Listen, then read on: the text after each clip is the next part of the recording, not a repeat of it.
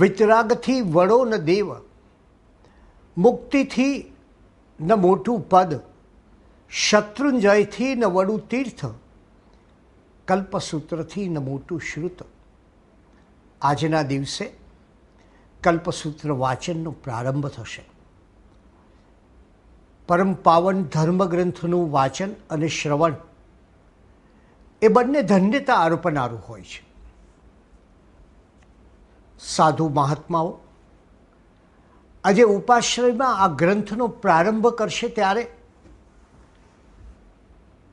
આપણા કાન પર કેવી ભાવનાઓ, કેવા ધર્મો અને કેવી કેવી વાતો ગુંજવા લાગશે. એક કથામાં કહ્યું છે કે એ કાનનો કશોય અર્થ નથી જે કાન શ્રુતિ પટવું શ્રુતિ સાર દ્રોહિણવ, જે કાન શ્રુતિના સારનો દ્રોહ કરનારા છે, જે કાન હંમેશા કોલાહલ સાંભળે છે, જે કાન હંમેશા બહારના અવાજો સાંભળે છે, પણ એ કાન ક્યારેય ધર્મગ્રંથોના મધુર વચનો પોતાના કાને ધરતા નથી. એ કાનને સત્સંગના શ્રવણનો મહિમા સમજાતો નથી. એ કાનને બહારના ઘોંઘાટમાં એટલી બધી મજા આવે છે કે એ કોલાહલની અંદર એ ભીતરનો અવાજ પણ ભૂલી ગયો છે. આવી સમયે કલ્પસૂત્રનું વાચન થાય એટલે એક ભીતરની ઘટનાની જાગૃતિ થાય, એક ઉત્તમ શ્રવણ એ આપણને આજે પ્રાપ્ત થાય. આપણા જીવનમાં જોઈએ તો આપણે કેટલો સમય ઉત્તમ શ્રવણની પાછળ ગાળીએ છીએ. એ ધર્મગ્રંથનું વાચન હોય, એ કોઈ વિચારકનો વિચાર હોય, એ કોઈ જ્ઞાનીની કથા હોય, કેટલી વાર કાન માંડીને સાંભળીએ છીએ. આજે તો પરિસ્થિતિ એવી છે કે માણસના હાથમાં અન્નનો કોળિયો હોય અને સામે ટેલિવિઝન પર ક્રાઇમ થ્રિલર ચાલતું હોય, અને પરિણામ શું આવે? પરિણામે ન તો એ ક્રાઇમ થ્રિલરને સમજી શકે છે કે ન તો ભોજનનો આનંદ પ્રાપ્ત કરી શકે છે. એક કથામાં એક માણસે પૂછ્યું કે મારે આનંદ પ્રાપ્ત કરવો હોય તો શું કરવું? ત્યારે સંતે એને ઉત્તર આપ્યો કે ભૂખ લાગે ત્યારે ભોજન કરવું અને ઊંઘ આવે ત્યારે સૂઈ જવું. આજની આપણી પરિસ્થિતિ એ છે કે ભૂખ લાગે ત્યારે ઊંઘવા જઈએ છીએ અને ઊંઘ આવે ત્યારે ભોજન શરૂ કરીએ છીએ. અને એવી સમયે, એવા કાળમાં આપણે આજે સૌથી મહત્ત્વની બાબત હોય તો એ વસ્તુની તન્મયતા. આજે કલ્પસૂત્રનું શ્રવણ થાય ત્યારે આચાર્ય ભદ્રબાહુ સ્વામીનું સ્મરણ કરીએ. એમના દશાશ્રુત સ્કંધનું 8મું અધ્યયન એટલે શ્રી કલ્પસૂત્ર, અને એ કલ્પસૂત્ર એટલે જૈન ધર્મનો એક પાવન પવિત્ર ગ્રંથ. જેમ ઇસ્લામ ધર્મનું કુરાન શરીફ કહેવાય, જેમ ખ્રિસ્તી ધર્મનું બાઇબલ કહેવાય, જેમ હિન્દુ ધર્મની ભગવદ્ ગીતા કહેવાય, એ રીતે જૈન ધર્મમાં કલ્પસૂત્રને સ્થાન છે. એ સાચું કે કલ્પસૂત્ર એ સમગ્ર આગમોનો સાર નથી, પરંતુ એ જૈન ધર્મનો પાયો છે. અને પાયામાં રહ્યા હોય છે સંસ્કાર, પાયામાં રહ્યા હોય છે પરંપરા, પાયામાં રહ્યું હોય છે પોતાની ભાવનાઓ અને ધર્મના મૂલ્યો. એનો પ્રારંભ આપણને કલ્પસૂત્રથી થશે. અને માટે આ કલ્પસૂત્રના પ્રથમ ભાગમાં જૈન સાધુઓની સમાચારી આપવામાં આવી છે. વર્ષાવાસ દરમિયાન ચાતુર્માસના સમયમાં સાધુઓના કયા કયા આચાર હોઈ શકે એની વાત કરી છે. એના બીજા ભાગમાં સ્થવિરાવલી આપવામાં આવી છે. ગુરુ ગૌતમ સ્વામી પછી થયેલા અનેક સ્થવિરો, જેમાં સુધર્મા સ્વામીથી શરૂ કરીને સ્થૂલીભદ્ર, કાલક, આવા અનેક સ્થવિરોની પરંપરાની વાત કરી છે. પહેલાં આચાર આવ્યો, સાધુનો આચાર, કારણ કે સાધુ એ જ તમને સર્વોચ્ચની પ્રતીતિ કરાવનારી વ્યક્તિ છે. અને એટલે સાધુના આચારમાંથી જ તમને એ તીર્થંકરના જીવનની ઝાંખી પ્રાપ્ત થાય છે. બીજી વાત, ધર્મની પરંપરા એટલે સ્થવિરાવલી, સુધર્મા સ્વામીની પાટ પર આવેલા એક પછી એક સ્થવિરોની એમાં કથા છે. અને ત્રીજી વાત એ તીર્થંકર ચરિત્ર, જે તીર્થંકરોએ આ જગતમાં એક તીર્થની રચના કરી. તારે તે તીર્થ અને તીર્થને પ્રગટાવે તે તીર્થંકર. ભવસાગરમાં માણસની આમ તેમ અથડાતી નૈયા, ભવસાગરમાં જીવતા માણસના વિટંબણાઓ, યાતનાઓ, મુશ્કેલીઓ, સ્પૃહાઓ, તૃષ્ણાઓ, લિપ્સાઓ, કામનાઓ, આ બધામાંથી પાર જવા માટેનો કોઈ પુલ હોય, કોઈ બ્રિજ હોય, એ તીર્થંકર છે. અને એટલે એ તીર્થંકરના ચરિત્ર, એ 24 તીર્થંકરના ચરિત્રો આપવામાં આવ્યા છે. તો આ દ્રષ્ટિએ કલ્પસૂત્રનો વિચાર કરવો જોઈએ કે એમાં પહેલો મહિમા આચારનો, બીજો મહિમા પરંપરાનો અને ત્રીજો મહિમા તીર્થંકરોનો. અને માટે જ જ્યારે એ મહિમાનું ગાન સાંભળીએ અને આપણા શ્રવણને, આપણી કર્ણેન્દ્રિયને એટલો આનંદ આવે છે, એનું કારણ શું? એનું કારણ છે એ સમયના મગધ દેશની અર્ધમાગધી ભાષા. એ જમાનો હતો ભગવાન મહાવીરનો કે જ્યારે માત્ર સંસ્કૃત ભાષાનો ભદ્ર વર્ગમાં પ્રયોગ થતો હતો. સામાન્ય જન સમુદાય એ અર્ધમાગધી ભાષા બોલતો હતો. આ જન સમુદાય સંસ્કૃત ભાષા, એના ગ્રંથો, એના શાસ્ત્રો સુધી પહોંચી શકતો નહોતો. અને એટલે જ ભગવાન મહાવીરે એમના સમયમાં એક મહાન ભાષાની ક્રાંતિ કરી. અને ક્રાંતિ એ છે કે એમણે એમનો ઉપદેશ જનસામાન્યની એવી માગધી ભાષામાં આપ્યો. અને જ્યારે કલ્પસૂત્રને આપ શ્રવણ કરો ત્યારે આપને આપોઆપ એ અર્ધમાગધી ભાષામાં થયેલી મંજુલ અને મૃદુલ રચનાનો સુંદર ખ્યાલ આવશે. અને 1200 શ્લોક પ્રમાણ ધરાવતું કલ્પસૂત્ર શ્રાવણી અમાવાસ્યાએ એનો પ્રારંભ થાય અને ભાદરવા સુદ ત્રીજના દિવસ સુધી એનું અર્થ સાથે વાંચન થાય. પણ કોઈ ચૂકી ગયો, બીજું બધું ચૂકી જાય તો ચાલે, પણ ધર્મનો પાયો ચૂકાઈ જાય એ કેમ ચાલે? માટે ભાદરવા સુદ ચોથના દિવસે સમગ્ર 12 સૂત્રનું વાંચન કરવામાં આવે છે. એની પાછળનો ભાવ એ છે કે આ સમગ્રને સમજીને તમે પોતાના જીવનને એક ધર્મની પરિપાટી પર મૂકી શકો છો. અને એની અર્ધમાગધી ભાષા, એનું આપણે ક્યાં પાન કરીએ છીએ? એની લલિત મધુર પદાવલી સાંભળીએ તો આપણું હૈયું તરબતર થઈ જાય અને આત્મા ખીલી ઉઠે.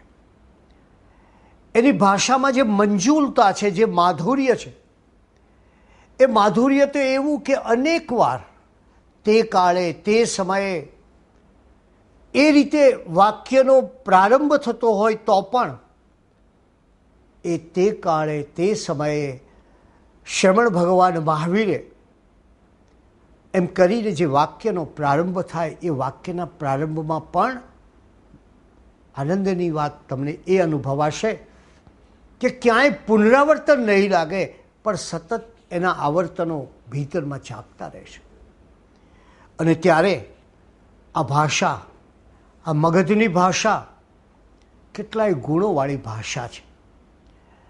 આ ભાષાની સંસ્કારિતાનો અનુભવ કરો જ્યારે કલ્પસૂત્રનું શ્રવણ કરો ત્યારે. કારણ કે આ ભાષા એ સંસ્કારની ધરતી પરથી ઉગેલી ભાષા છે. આ ભાષા એ સન્માનના બીજ પર ઉગેલા વૃક્ષની ભાષા છે.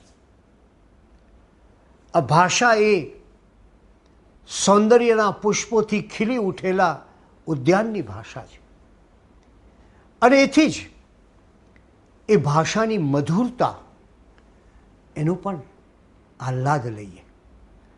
અને એ આહ્લાદ એવો અદ્ભુત હશે કે એની સૂક્ષ્મતાનો આપણને અનુભવ થશે. આ ભાષામાં કેવું સૌજન્ય છે. જમવા આવજો, જમવાનું નોતરું છે, જરૂર ભોજન માટે પધારજો એમ નહીં કહે. એમ કહેશે સાધર્મિક વાત્સલ્ય છે, આવો આપણે સાથે મળી અને વાત્સલ્ય વહેંચીએ. ભોજન નથી વહેંચવાનું, સ્નેહ વહેંચવાનો છે, પ્રેમ વહેંચવાનો છે, વાત્સલ્ય વહેંચવાનું છે. અને એટલે જ આખી એક સ્થૂળ બાબત એક એવી સૂક્ષ્મમાં પરિવર્તન થાય છે તે જુઓ. અહીં પ્રશંસા નથી કરવામાં આવતી, અહીં અનુમોદના કરવામાં આવે છે. પ્રશંસા એ સામી વ્યક્તિના મનમાં અહંકાર જગાવે. અનુમોદના એ સમાજના મનમાં એવું કાર્ય કરવાની પ્રેરણા જગાવે. અને માટે એની મધુર ભાષા, એની સૌજન્યશીલ ભાષા, એ જમાનામાં જે જમાનામાં ભગવાન મહાવીર અને ગુરુ ગૌતમના સંવાદો થયા, એ જમાનામાં સામાન્ય પ્રથા એવી હતી કે ગુરુ શિષ્યને માટે તુચ્છકારજનક શબ્દો પ્રયોજતા. એ શિષ્યને કહે, હે મૂર્ખ, તને આટલું પણ સમજાતું નથી? તારી મતિહીનતા જ કેવી છે? અને એ સમયે ભગવાન મહાવીરના શબ્દો જુઓ, હે પ્રિય ગૌતમ, પોતાના શિષ્યને પ્રિયના સંબોધનથી બોલાવે છે. એટલે કલ્પસૂત્રના શ્રવણ દરમિયાન એ ભાષાની ગતિશીલતા જુઓ. અને પછી એના તીર્થંકરોનો ક્રમ જુઓ. એમાં પહેલો ક્રમ છે, અમણા ક્રમથી શરૂ થશે. પહેલી વાત છે મહાવીર ચરિત્રની. અને પછી અવળા ક્રમે ગતિ કરતાં કરતાં પાર્શ્વનાથ, નેમિનાથ, ઋષભદેવ સુધીની વાત આવે છે. અને એ મહાવીર ચરિત્ર એટલું વ્યાપક સ્વરૂપમાં કહે છે કે કેટલાકને કલ્પસૂત્રને મહાવીર ચરિત્ર કહેવાનું પણ મન થાય.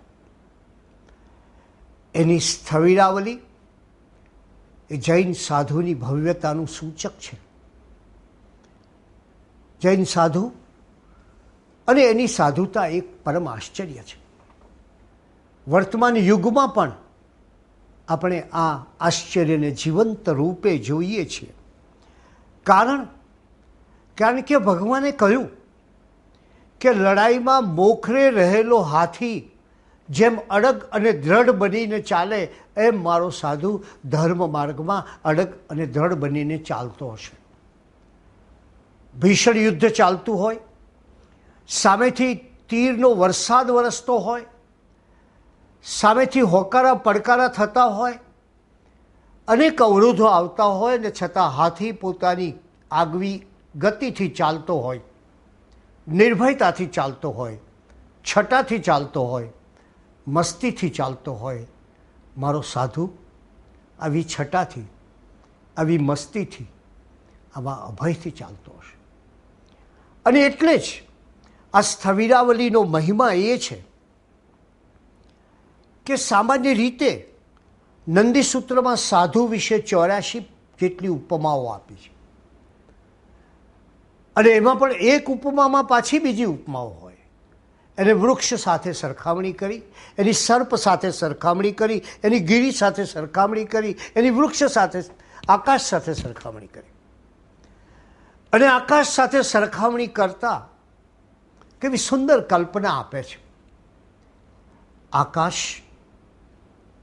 જેમ નિર્લેપ છે એમ મારો સાધુ એ પણ આ બધી વસ્તુઓથી નિર્લેપ રહેશે, સંસારની બાબતોથી નિર્લેપ રહેશે.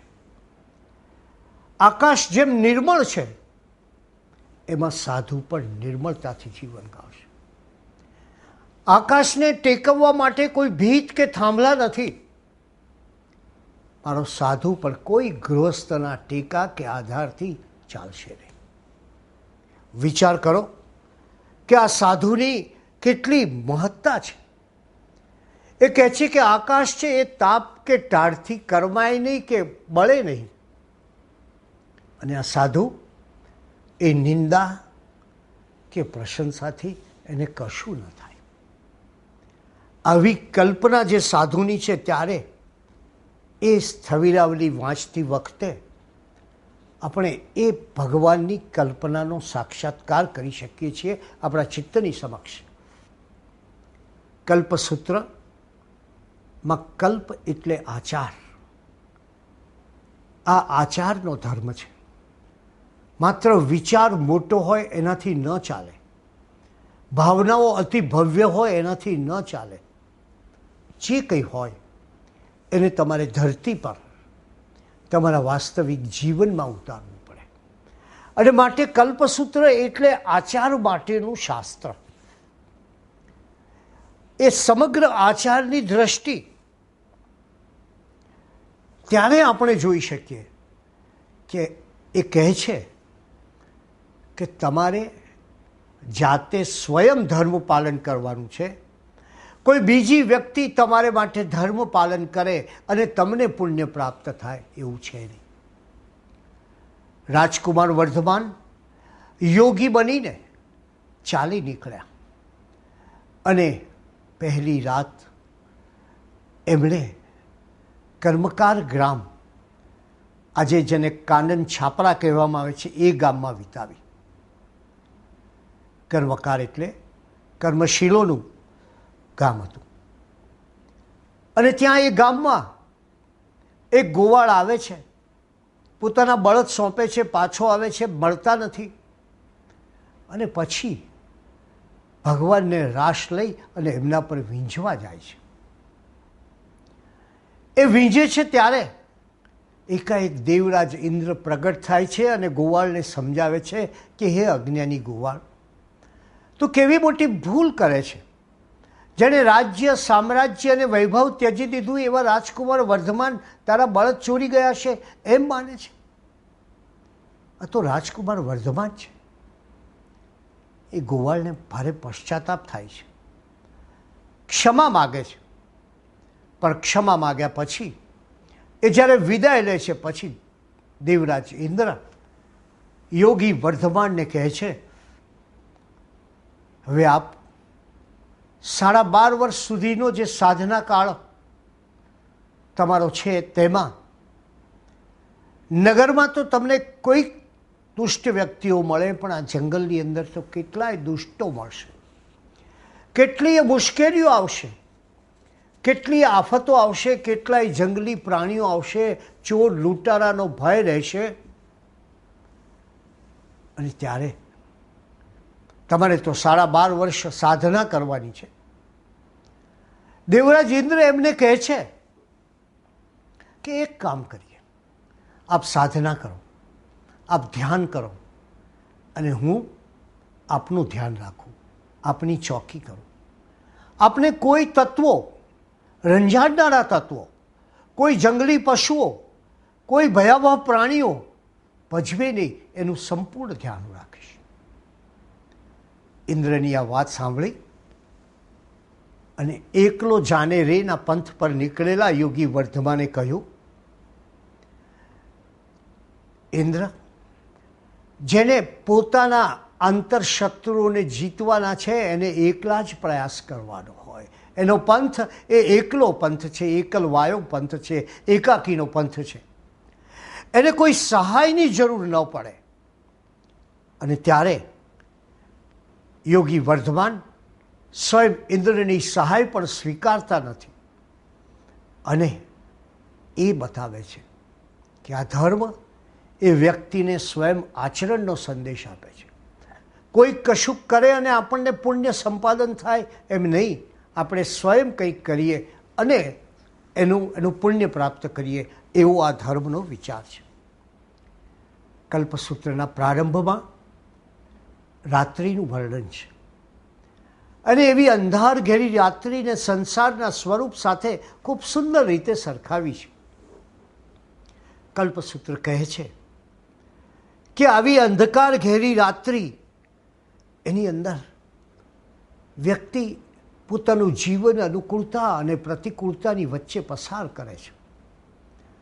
અનુકૂળ બાબત ગમે, અનુકૂળતા માટે રાગ જાગે, અને પ્રતિકૂળ બાબત હોય તો એના પ્રત્યે અણગમો થાય, ગુસ્સો થાય, ક્રોધ જાગે. આ જિંદગી એ કોઈ એક અર્થમાં કહીએ તો આ અનુકૂળતા અને પ્રતિકૂળતાનો ખેલ બની જાય છે અને માણસ એ જીવનભર એની અનુકૂળતા અને પ્રતિકૂળતામાં અટવાતો જાય છે. આજે મહાનગરોમાં આપણે જોઈએ છીએ કે કોઈને બહુ સ્નેહથી મળવા આવીએ, કોઈને બહુ પ્રેમથી બોલાવવા ગયા હોઈએ અને ઘણા વર્ષે મળવા જઈએ અને ખૂબ આનંદપૂર્વક, ભાવપૂર્વક એના ઘરના બારણાની આગળ ડોરબેલ વગાડીએ અને બારણું ખોલે ને આપણે એને પહેલો પ્રશ્ન કરીએ, કેમ છો મિત્ર, કેમ છો આપ? અને ત્યારે એક ઘરમાં રામો નથી. આપણને આશ્ચર્ય થાય. આપણે રામાની તબિયત પૂછવા નથી આવ્યા, આપણે રામાની જાણકારી મેળવવા નથી આવ્યા, આપણે તો એને મળવા માટે, એની સાથે સ્નેહ વહેંચવા માટે આવ્યા છે. પણ માણસના ચિત્ત પર પ્રતિકૂળતાઓ એવો પ્રભાવ પાડે છે કે માણસ એ પ્રતિકૂળતાના પ્રભાવમાંથી મુક્ત થઈ શકતો નથી. અને ત્યારે આ દુઃખમય સંસારને જોવા માટે શું કરવું જોઈએ? આ દુઃખમય સંસારને જોવા માટે માણસે અનુકૂળતા અને પ્રતિકૂળતાના અદાકાર બનવાને બદલે અનુકૂળતા અને પ્રતિકૂળતાના દિગ્દર્શક બનવું જોઈએ. એ દૂર રહે પોતાના જીવનમાં આવતી અનુકૂળતાઓ જુએ અને દૂર રહે પોતાના જીવનમાં આવતી પ્રતિકૂળતાઓ જુએ, અને ત્યારે જ એના જીવનમાં આ કલ્પસૂત્રનો સાચો પ્રારંભ થાય. વિક્રમ સંવત 532માં આ કલ્પસૂત્રનું રાજા ધ્રુવસેનનો યુવાન પુત્ર અવસાન પામતા ધનેશ્વર સુરીશ્વરજીએ વડનગરમાં વાંચન કર્યું. ત્યારથી આમ જનતાને માટે એના દ્વાર ખુલ્લા થયા અને આજે એ સહુ કોઈ મુમુક્ષુઓના હૃદયને ખોલનારું મહાન શાસ્ત્ર